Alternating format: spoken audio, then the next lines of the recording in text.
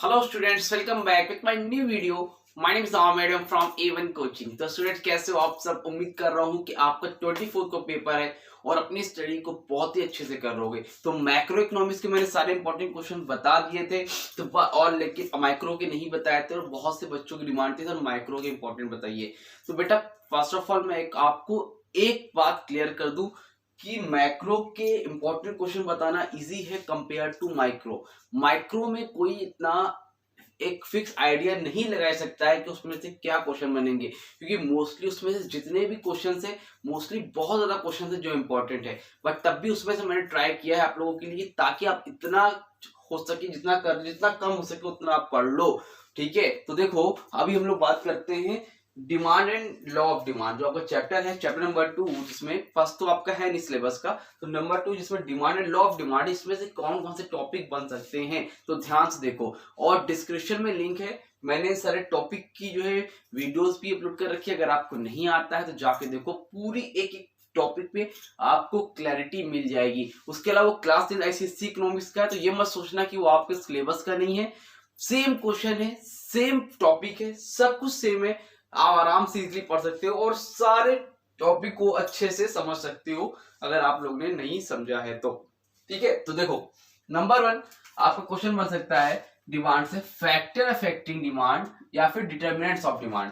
मतलब ऐसे कौन कौन से फैक्टर है जो डिमांड को अफेक्ट करते हैं। पहले तो डिमांड क्या होती है, डिमांड का मतलब पता है आप लोगों को कि नहीं पता है? नहीं पता है, डिस्क्रिप्शन में लिंक है, वीडियो अपलोड की, उसको जरूर से जाके देख लेना, क्लियर हो जाएगा। ठीक है, तो डिमांड का मतलब एक खाली विश नहीं होना, साथ ही साथ मतलब आपके अंदर विलिंगनेस हो, एबिलिटी हो और आप उसको खर्चा करने के लिए रेडीनेस टू स्पेंड हो, उसको हम लोग बोलते हैं डिमांड। बहुत डिटेल में नहीं जा रहा हूँ, जाके देखोगे समझ में आ जाएगा, अगर आपने पढ़ा हो तब भी आपको पता होगा। ठीक है, तो डिमांड में ऐसे कौन कौन से फैक्टर है जिससे डिमांड इफेक्ट होती है। डिमांड किसी वजह से बढ़ जाती है, डिमांड घट जाती है। अगर ऐसे प्राइस बढ़ गया तो डिमांड, भाई मार्केट में लेना कम कर दूंगा, प्राइस घट गया तो मैंने डिमांड बढ़ा दी, है ना। ये सारे फैक्टर्स होते हैं। तो इसके कौन कौन से फैक्टर्स से डिमांड बढ़ती है घटती है, फैक्टर्स अफेक्टिंग को हम लोग डिटर्मिनेंट्स के नाम से भी जानते हैं। तो ये बहुत इंपॉर्टेंट टॉपिक है आपका, इसको देख लेना। ठीक, number 2 law of demand. Law of demand क्या होता है, जब प्राइस बढ़ता है तो डिमांड घटती है, प्राइस घटता है तो डिमांड बढ़ती है। लेकिन इसका एक और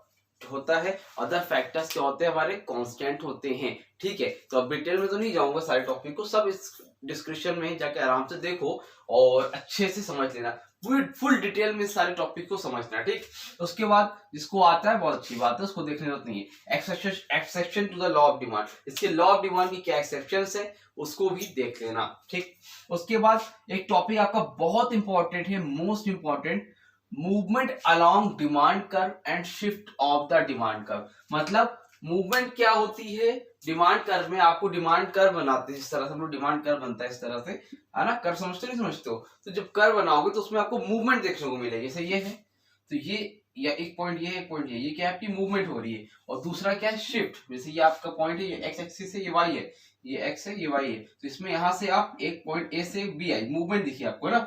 लेकिन इसमें क्या होगा, आपको शिफ्ट दिखेगा, यानी कि लाइन वही है बट आपको शिफ्ट देखने को मिल रहा है। समझ, ए से आप बी पे गए तो यहाँ शिफ्ट हो रहा है, शिफ्टमेंट हो रहा है। समझ में आ रही बात? तो ऐसा कब होता है, क्या होता है, इसको डिटेल में जाके देखना।